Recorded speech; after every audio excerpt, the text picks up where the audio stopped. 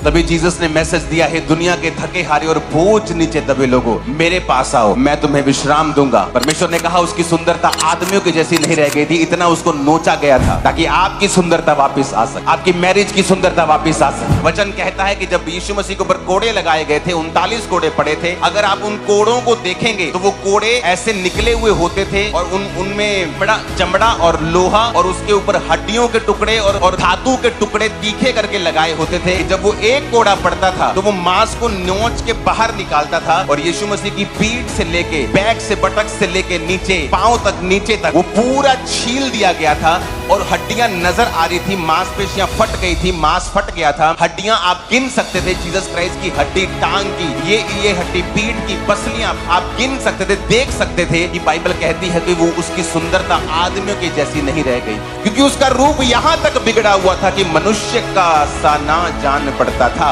उसकी सुंदरता भी आदमियों की सी नहीं रह गई थी। उसने कहा यीशु दोषी ना था, फिर भी कुचला गया। यीशु मसीह के ऊपर 6 मुकदमे चले थे, 6 मुकदमे, 3 रिलीजियस, 3 सिविल। 3 मुकदमे धार्मिक थे और 3 मुकदमे सिविल थे, यानी दुनियावी थे। जो रिलीजियस मुकदमे थे, पहले वो हन्ना के पास चला जो महायाजक का ससुर था। दूसरा मुकदमा महायाजक जो हन्ना था, कैफा था, उसके पास चला। और तीसरा मुकदमा यहूदियों की जो अदालत थी उसमें चला। ये रिलीजियस मुकदमे थे। और 3 मुकदमे जो सिविल थे, वो पिलातुस के पास पहला मुकदमा चला, उसके बाद हेरोदेस के पास चला, फिर पिलातुस के पास उसे भेज दिया गया। और अगर आप लॉ देखें तो जीसस क्राइस्ट को पकड़ना इल्लीगल था उनके लॉ के मुताबिक। पहला लॉ यह था कि कोई भी रिलीजियस मुकदमा फीस्ट टाइम पे, त्योहारों के समय में नहीं चलाया जा सकता, क्योंकि वो त्योहारों का समय था, इसलिए जीसस क्राइस्ट यरूशलेम में थे। पर्व के दिन बाइबल में लिखा है जीसस यरूशलेम में थे, पर्व के दिन। तो ये इल्लीगल था, पर्व के दिन किसी पर रिलीजियस मुकदमा चलाना, ये इल्लीगल था, ये लीगल नहीं था। पर फिर भी यीशु मसीह के ऊपर मुकदमा चलाया गया।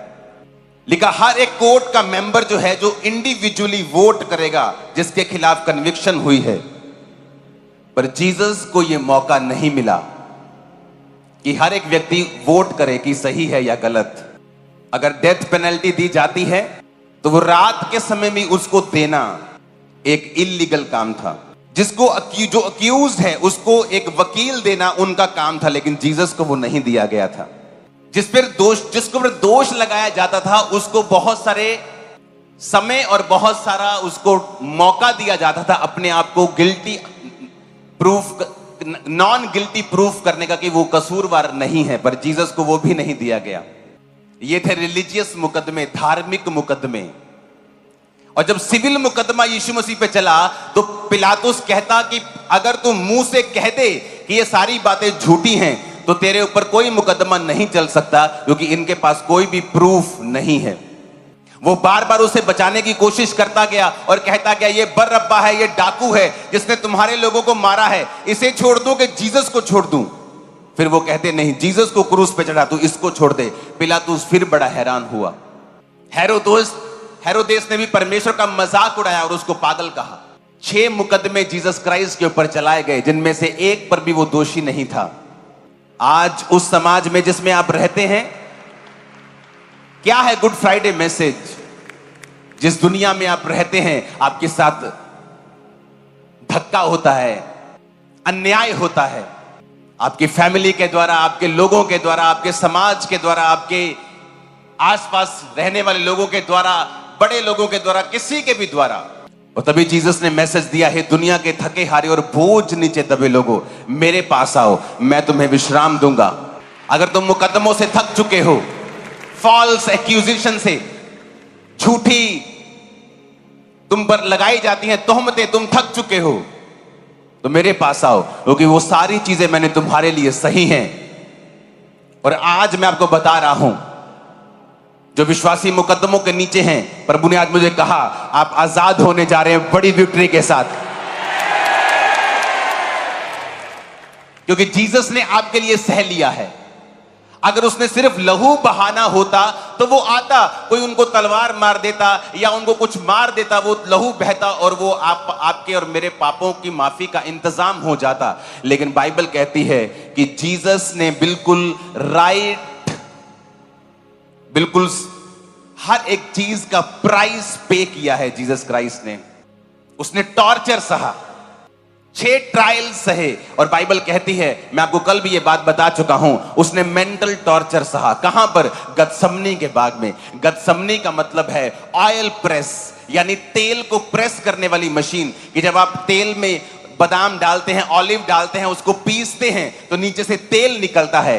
क्यों परमेश्वर ने गतसमनी बाग को चुना? क्योंकि परमेश्वर को मालूम था कि उसे भी ऑलिव्स की तरह, जैतून की तरह प्रेस किया जाएगा और वो ऑयल, वो मसा, वो ग्रेस निकलेगी जो तुम्हारे लोगों के लिए होगी।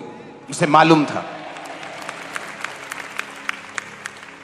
और वचन कहता है कि जब वो गतसमनी बाग के अंदर था तो वचन कहता है, जब आप पढ़ते हैं कि यीशु मसीह का जो पसीना था वो ब्लड से मिलकर आ रहा था। लोगों को लगता है कि लिखा है कि खून की तरह, कि वो एक शायद मुहावरा है कि यार खून पसीना एक करता आपा, मतलब बहुत मेहनत की। उनको लगता है कि शायद जीसस क्राइस्ट बहुत ज्यादा प्रार्थना में थे, कि मतलब ऐसा उन्होंने एज ए शाब्दिक इल्यूजन क्रिएट की है कि जीसस क्राइस्ट का पसीना ना लहू की माफिक निकल रहा था। लेकिन ऐसा नहीं था, ऐसा नहीं था। मैं आपको वचन से समझा सकता हूं। अगर आप भजन संहिता पढ़ेंगे ना, उसकी 12 से 18 में लिखा, बहुत से सांडों ने मुझे घेर लिया है, बशान के बलवंत सांड मेरे चारों ओर घिरे हुए हैं। वे फाड़ने वाले और गर्जने वाले सिंह के समान मुझ पर अपना मुंह पसारे हुए हैं। मैं जल के समान बह गया, मेरी हड्डियों के जोड़ उखड़ गए, मेरा हृदय मोम हो गया, वह मेरी देह के भीतर पिघल गया, मेरा बल टूट गया, मैं ठीकरा हो गया, मेरी जीभ मेरे तालू से चिपक गई, और तू मुझे मारकर मिट्टी में मिला देता है। क्योंकि कुत्तों ने मुझे घेर लिया है, कुकर्मियों की मंडली मेरे चारों ओर मुझे घेरे हुए है। वे मेरे हाथ और मेरे पांव छेदते हैं, मैं अपनी हड्डियां गिन सकता हूं। वे मुझे देखते और निहारते हैं, वे मेरे वस्त्र आपस में बांटते हैं और मेरे पहरावे पर चिट्ठी डालते हैं। ये दुनिया के किसी आदमी के ऊपर वचन लगता नहीं है जीसस क्राइस्ट के अलावा, क्योंकि जीसस क्राइस्ट को मारने से पहले उन्होंने परमेश्वर का कुर्ता, जो परमेश्वर पहनते थे, जो बिना सीन का होता था, बड़ा एक्सपेंसिव कपड़ा होता था। बाइबल कहती है जीसस क्राइस्ट के उस कपड़े को लेने के लिए कि कौन लेगा, कौन सा सिपाही लेगा, उन्होंने चिट्ठी डाली थी, यानी लॉटरी सिस्टम निकाला था, डाइस किया था कि किसका नाम आएगा वही ये कुर्ता लेगा। वो मेरे वस्त्र आपस में बांटते और मेरे पहरावे पर चिट्ठी डालते हैं। मैं अपनी सब हड्डियां गिन सकता हूं, वो मुझे देखते और निहारते हैं।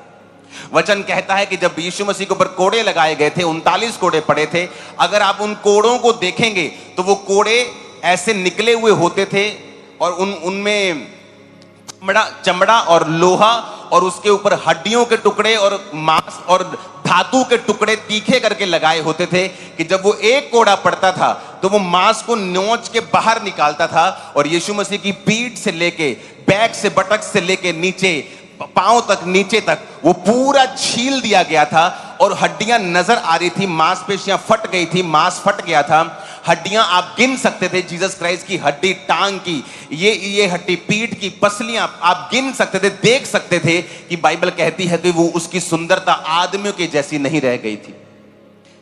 ये तो दाऊद के भजन संहिता है, जीसस क्राइस्ट के जन्म से कितने हजार साल पहले की ये बातें हैं। उसने कहा मेरा बल टूट गया, ठीकरा हो गया।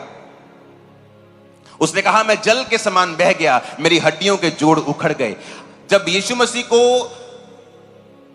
कीलों के साथ क्रूस पर ठोका गया था और जब वो क्रूस खड़ा किया गया था, जब झटका लगा था खड़े करते वक्त, तो जीसस क्राइस्ट के जो हड्डियों के जोड़ थे, क्योंकि उनका सारा जो भार था वो उनकी हड्डियों के ऊपर था, उनके हाथों और पांव के कीलों ने उनको संभाला हुआ था। तो जब जीसस क्राइस्ट को खड़ा किया था तो जीसस क्राइस्ट की हड्डियों के जो जोड़ थे वो उखड़ गए थे।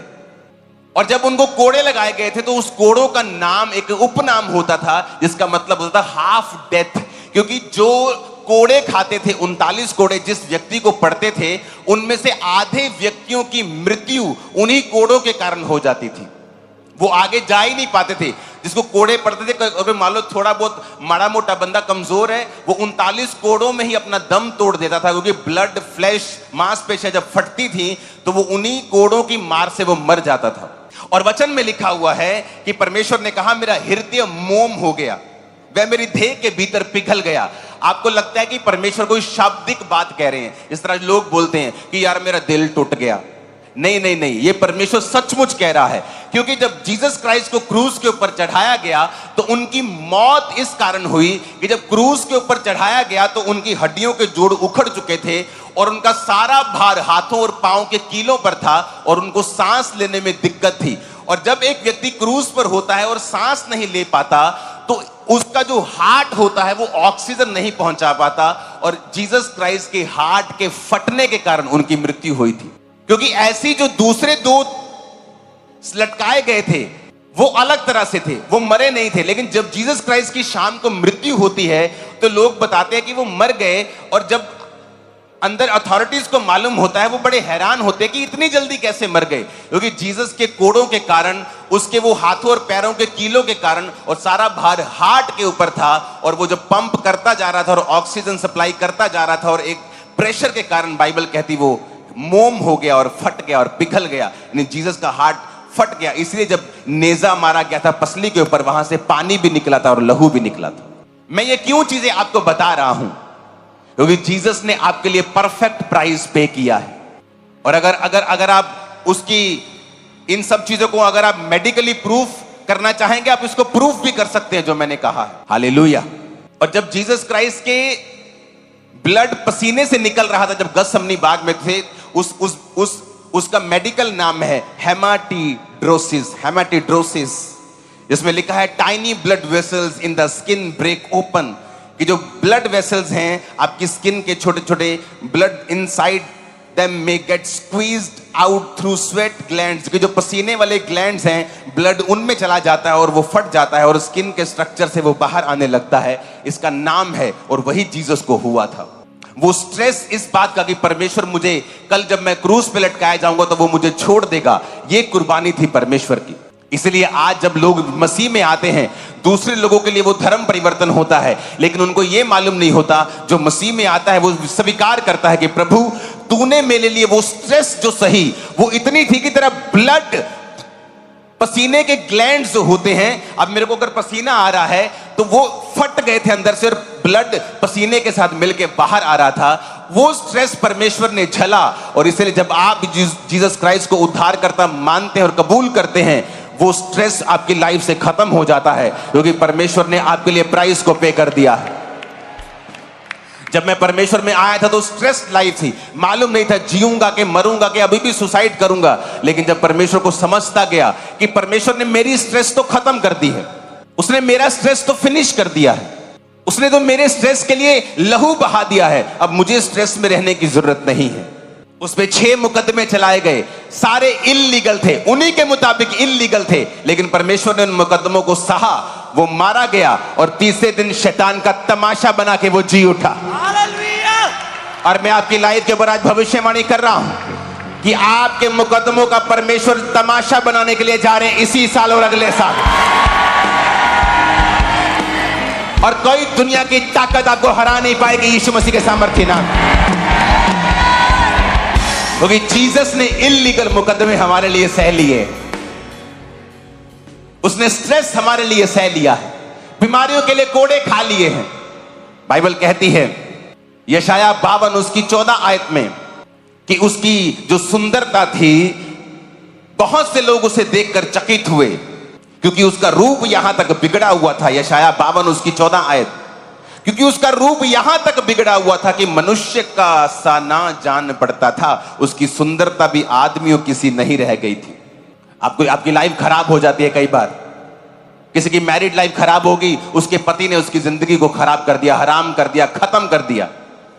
किसी के पार्टनर ने, बिजनेस पार्टनर ने उसको खत्म कर दिया, उसको फंसा दिया। परमेश्वर ने कहा उसकी सुंदरता आदमियों की जैसी नहीं रह गई थी, इतना उसको नोचा गया था ताकि आपकी सुंदरता वापस आ सके, आपकी मैरिज की सुंदरता वापस आ सके, आपके फाइनेंस की सुंदरता वापस आ सके, आपको धोखा मिला, आपको क्रिटिसाइज किया गया, आपको मारा गया, पीटा गया, कुचला गया, दबाया गया, तो इसलिए परमेश्वर ने कहा कि दुनिया के थके हारे और बोझ नीचे दबे लोगों, मेरे पास आओ, मैं तुम्हें विश्राम दूंगा। इसमें किसी धर्म का जिक्र नहीं कि क्रिश्चियन बन जाओ, ईसाई बन जाओ। परमेश्वर ने कहा मेरे पास आओ, क्योंकि मैंने तुम्हारा प्राइस पे कर दिया है। आप उससे मांगे जिसने आपका मूल्य चुका दिया है। आप उससे कहें जिसने आपका मूल्य चुका दिया है। जीसस ने आपका मूल्य चुकाया है। क्या आप बीमार हैं? उसने आपका मूल्य चुकाया है। क्या आप फंसे हुए हैं? उसने आपका मूल्य चुकाया है। आप मेंटल टॉर्चर में हैं, उसने आपका मूल्य चुकाया है। आप गरीब हैं, कुचले हुए हैं, उसने आपका मूल्य चुकाया है। इसलिए तो वो कहता है मैंने जगत के निर्बलों को चुन लिया, मैंने जगत के तुच्छों को चुन लिया, मैंने जगत के निर्बलों को, कमजोरों को, जो व्यर्थ थे उनको चुन लिया, ताकि जो कुछ अपने आप को समझते हैं उनको शर्मिंदा करें। आपको परमेश्वर ने चुना है बड़े बड़े लोगों को शर्मिंदा करने के लिए। आप ऊपर होंगे, बेस्ट पोजीशंस के ऊपर होंगे in the name of Jesus. Hallelujah, hallelujah. Jesus ने कहा मैंने तुम्हारे लिए सारे प्राइस को पे कर दिया है। उस गत्समनी बाग में वो रोया, वो परमेश्वर के सामने, बाइबल कहती है उसने आंसुओं को बहा बहा कर प्रार्थना की। यीशु मसीह ने उस सारे मूल्यों को, परमेश्वर ने कहा, अदा किया। आमीन। सारे मूल्यों को उसने अदा किया। जो कुछ भी उसने आपके लिए करना था, वो गरीब घर में जन्मा, ताकि आप ये ना कहें कि जीसस को क्या मालूम गरीबी का। वो बीमार रहा उस क्रूस के ऊपर, ताकि आप ना कहें जीसस को बीमारी का क्या मालूम।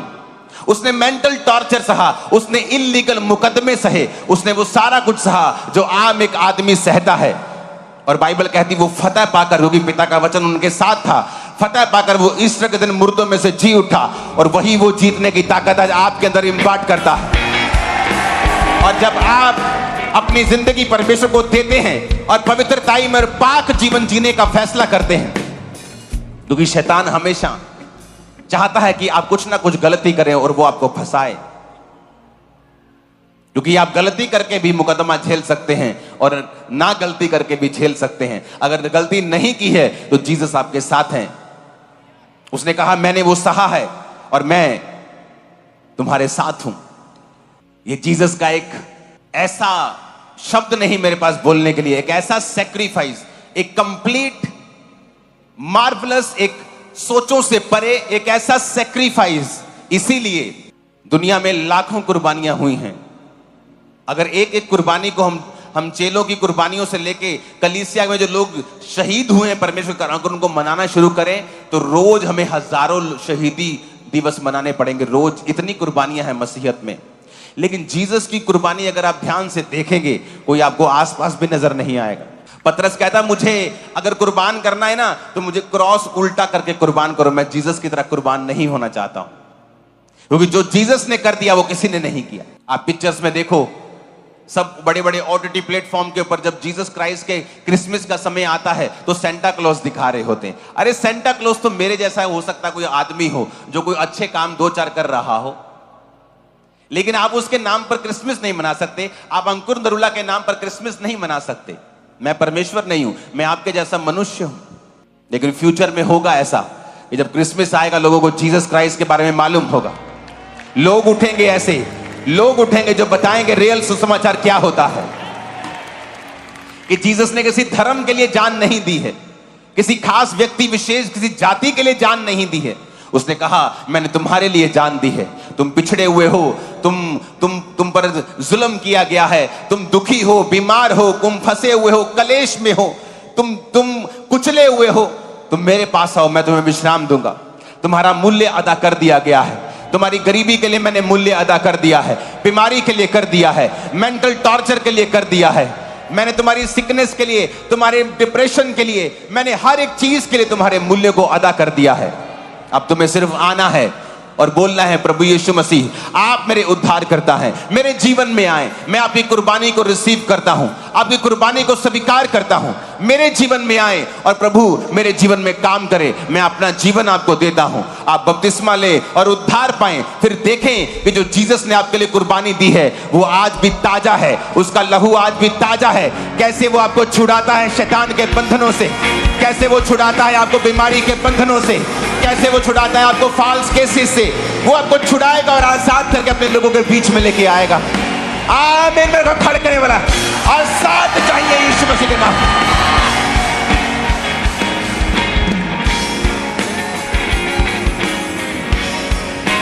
आमीन। Hallelujah, hallelujah. उसने कहा मेरा हृदय पिघल गया। इब्रानिया 5 उसकी 7 आयत में लिखा है, यीशु ने अपनी देह में रहने के दिनों में ऊंचे शब्द से पुकार पुकार कर और आंसू बहा बहा कर उससे जो उसको मृत्यु से बचा सकता था प्रार्थना और विनती की, और भक्ति के कारण उसकी सुनी गई। हमारा एक्सेस नहीं था परमेश्वर के सामने। यहूदी लोग तो दूसरे लोगों के पास भी नहीं जाते थे। अन्य जातियों को तो परमेश्वर को के पास जाने की भी इजाजत नहीं थी। लेकिन जीसस ने कहा अब्राहम की आशीष सब तक पहुंचेगी। मैं इसलिए आया हूं कि सब जातियों को अपने पास खींचो। स्वर्ग में लिखा हर एक जाति, हर एक कुल, हर एक भाषा में से एक बड़ी भीड़ व्हाइट कपड़ों को डाले हुए परमेश्वर की सेवा कर रही है। हालेलुया। ये प्रार्थना भी उसी प्राइस के ऊपर की जा रही है। ये प्रार्थना भी उस प्राइस के ऊपर क्लेम किया जा रहा है। प्रभु तूने सह लिया, अब हम तेरे उस मूल्य के कारण जो तूने सहा था डांटते हैं बीमारियों को, शैतान को। इसलिए कहता हूं शैतान से डरने की जरूरत नहीं, उसकी बात मत सुनो। अगर वो खेलने के लिए कहे मत खेलो, चलने के लिए बोले तो मत चलो, इधर बोले जाने के लिए तो इधर जाओ। उसको अपोज करो, उसको रेजिस्ट करो, उसको डांटो, उसकी बात मत सुनो, तुम फ्री हो जाओगे। उठाओ अपने हाथों को। आज आप तरह तरह के मेंटल टॉर्चर से फ्री होके यहां से जाओगे।